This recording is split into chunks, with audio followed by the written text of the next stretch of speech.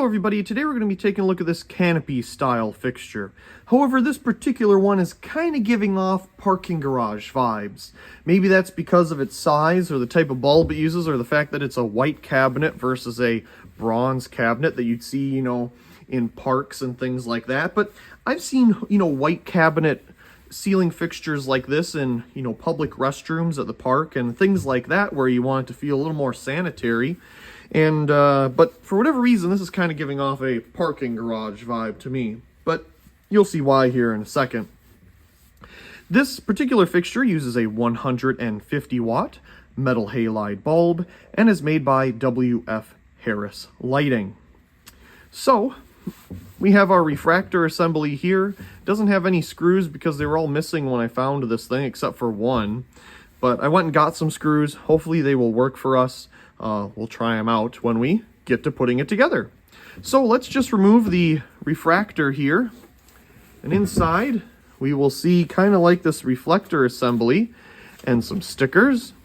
So we have W.F. Harris Lighting, 150 watt metal halide, UV shielded lamps are recommended to avoid premature yellowing. I am sure because this is, plastic. And it says mount on metal or concrete only. So that kind of gives me the parking garage vibe, number one, because, well, they're concrete, obviously there's other buildings out there that are concrete too, or made of metal. But I thought that was interesting. Mount on metal or concrete only. Why?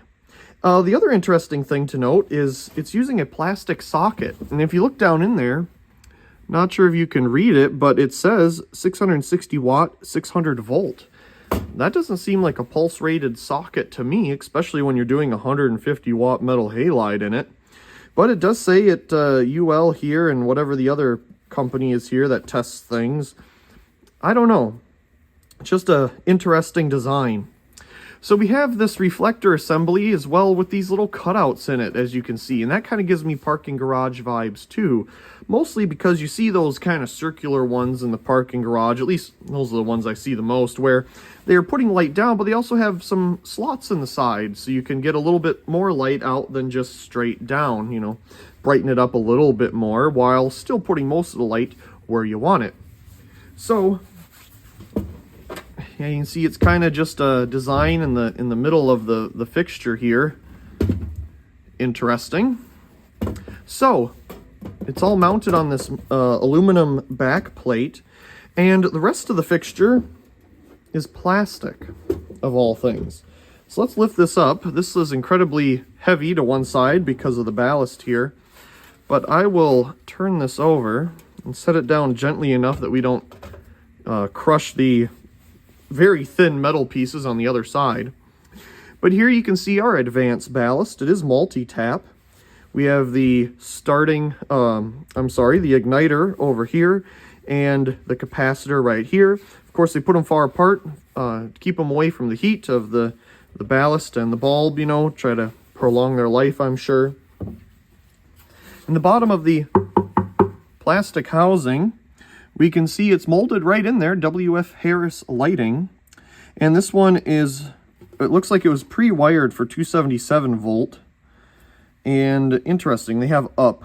So I suppose if you wanted to mount this on a wall, that would be up. But I'd think you'd put it on a ceiling. But yeah, this whole thing is a plastic housing. So concrete or metal? Why? I don't know why you can't put it on wood. Is it a heat problem? Then why did you use plastic? Very confusing to me, but definitely new old stock. I mean, none of these knockouts are knocked out for it to ever be installed, and it's quite clean in here for what it is. So that's impressive. We have these holes here, and that's where this assembly, as you can see, mounts to. And again, those screws were all missing, so I picked some up. So I took a screw out of my random screw bin here and tried to find one that would fit in here, and then took that to Home Depot and tried to match it up with some more appropriate length and size ones to use in here, because I didn't want to bring this whole thing there naturally. So here we have a little 6-pack of some screws that I believe will fit for us here. I also picked up some screws for the housing to screw the refractor assembly on. Now, I wasn't sure, I couldn't remember how long I needed them to be. So I brought the screw that it came with, and it was kind of in between these two sizes in length. So I got these shorter ones and these longer ones. They were 50 cents a pack, so whatever. Looking at it now, we can probably get away with these shorter ones. We'll just save those for another project or something. But hopefully these will work for us. And I guess you can't really tear it like that. We'll have to use some scissors here and open up these screws. I was looking at using a bolt versus some really big Phillips head screws, but this was a better deal getting this little package of screws instead of individual bolts. And it looks like this will work, maybe a little too well. We'll find out when we do it. Hopefully we don't strip anything out in doing so. Now I need to find a big enough Phillips screwdriver here to get this out. That's funny, it's the same style of screw, but now it sticks out too much. We'll figure it out when we get that far. So, now that we have our screws and everything, we're gonna set this aside. Boy, that is so heavy on that one side. Let me set it down like this, because then we're not putting any more stress on this very thin metal here. And it looks like this one side isn't riveted that good anyway. So, I am going to mount this to wood. I don't know, again, why that matters so much, but that is what I am going to do. And I'm going to knock out these two here that would go on an electrical box, because that seems like the best option to go with if I ever wanted to use this for anything else. It can be mounted on an electrical box. If I do these in the corners, you know, it's just an open hole really at that point. So we'll just use a flathead here. I'm not entirely sure what I'm doing, but we're just going to place it right in the middle of it.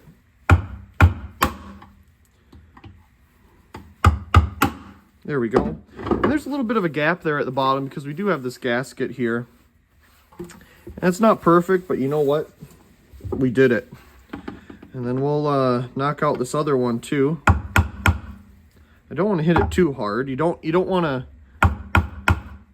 to break it, you know. You just want to get the knockout out.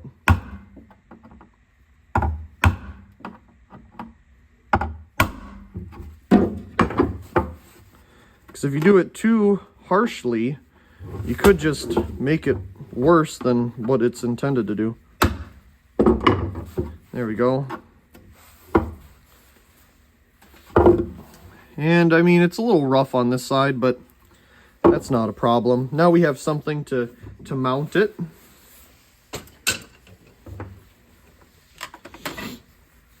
Okay, so this, even though it's a plastic housing, we still have knockouts here on the sides. So I'm just going to choose one of them. I don't really see any that matter, but we'll just do it here because that says up, so why not? And we'll take our screwdriver here that I literally just put away and take out this knockout. There we go. Nice. It's a little rough looking. I mean, it is probably some type of mold that they're doing, but you can see like milling marks in here too, so I'm not sure what exactly process they used, but we will get a restraint connector here to put in there.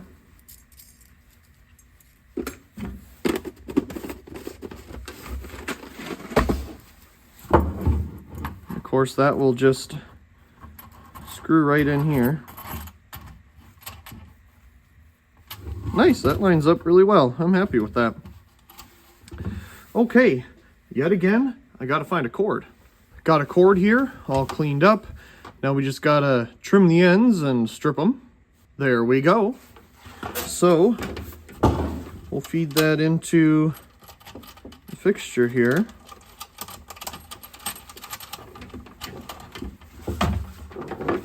Let's just let that hang off. Okay.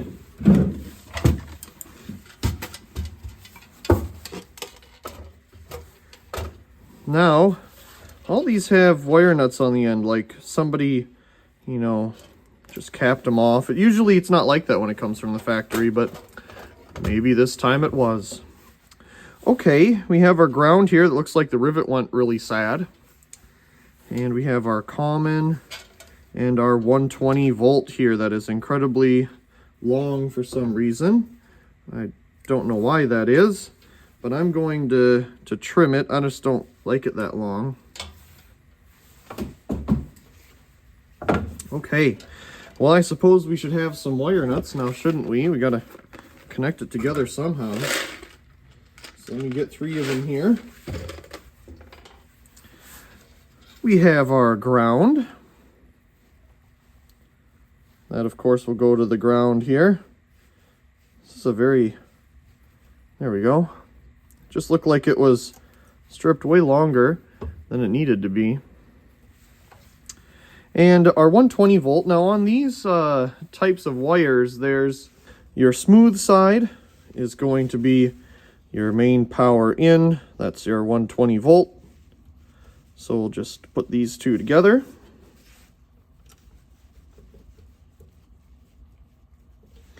And of course, just make sure it's not coming out. Then we have our common.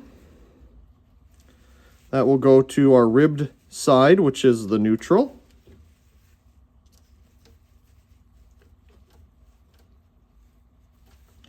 Again, just make sure it's not coming out. Great. So now we're going to put this on here. Now, sure, I should mount it somewhere first, but we're just going to test fit it.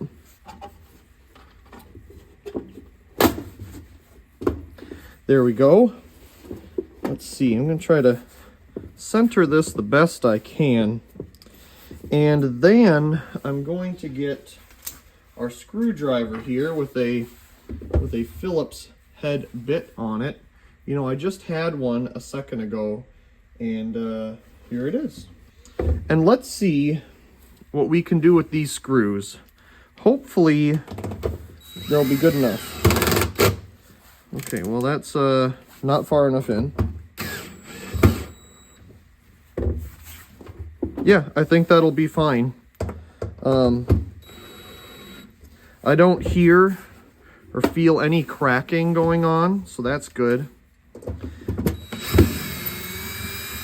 But I'm also not going to put all of them in right now because this will get mounted so I can share it turning on with all of you. So we'll just pretend that we put all that in there. And of course we need a bulb. Picked a bunch of these up at the Restore a while back, so perfect.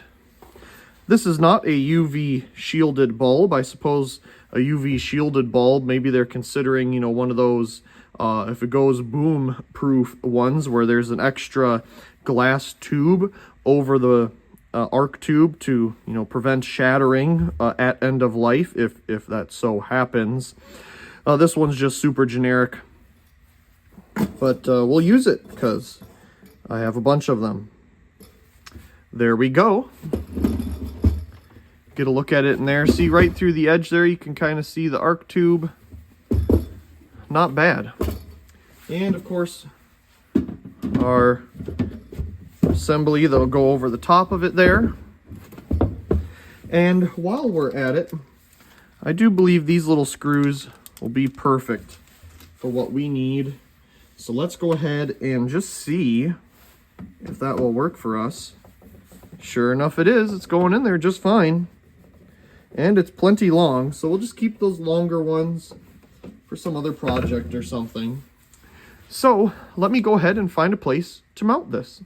Here it is in its new home. It is not a concrete or metal ceiling, but it's never going to get used long enough for the heat to be a real problem right here. Sure, you know, it is a drywall ceiling. There is a small gap between the fixture and the ceiling. As you can see, that wire sits on top of it. There's plenty of room up there for that.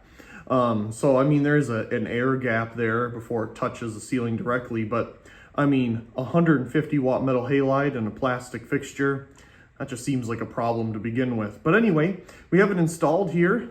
Decided to put it with the other fixtures above the garage door. Now this one is obviously too deep to, you know, go directly above the garage door like this one is, but it can go here where the garage door doesn't hit. So there's plenty of room here for it when the garage door comes up, that it won't be a problem. I suppose we'll set up the tripod and turn it on. Okay, we'll turn off the lights. And here we go in 3, 2, 1.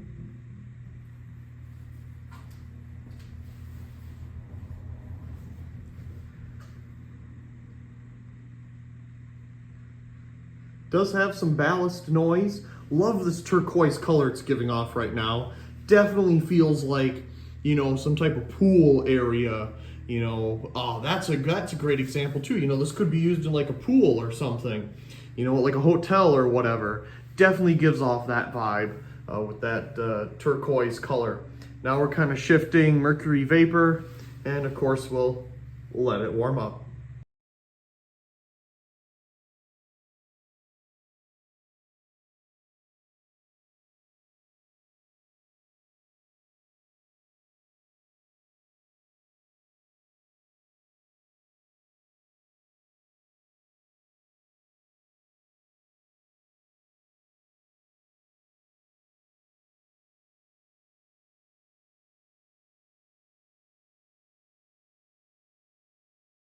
Well, I'd say we're definitely at full brightness. I haven't seen any color shift or luminance change, so let's see how well it's lighting everything up. Seems to be doing a pretty good job. Nice white light, although that's to be expected from metal halide, of course. Not bad. And it provides light upwards as well, as you can see. Not much of it, but definitely a little bit to not make it too dark directly above. And everything down below is lit up nicely as well.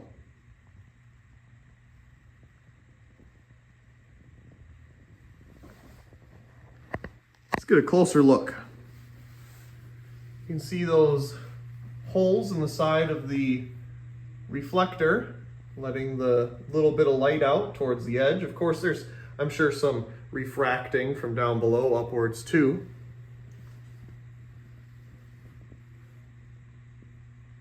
It's pretty quiet. A little bit of ballast hum, but not too bad.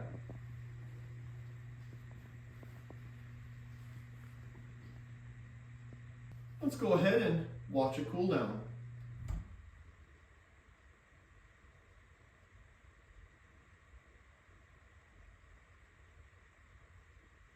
I really do hope you enjoyed this video of this WF Harris 150 watt metal halide canopy fixture.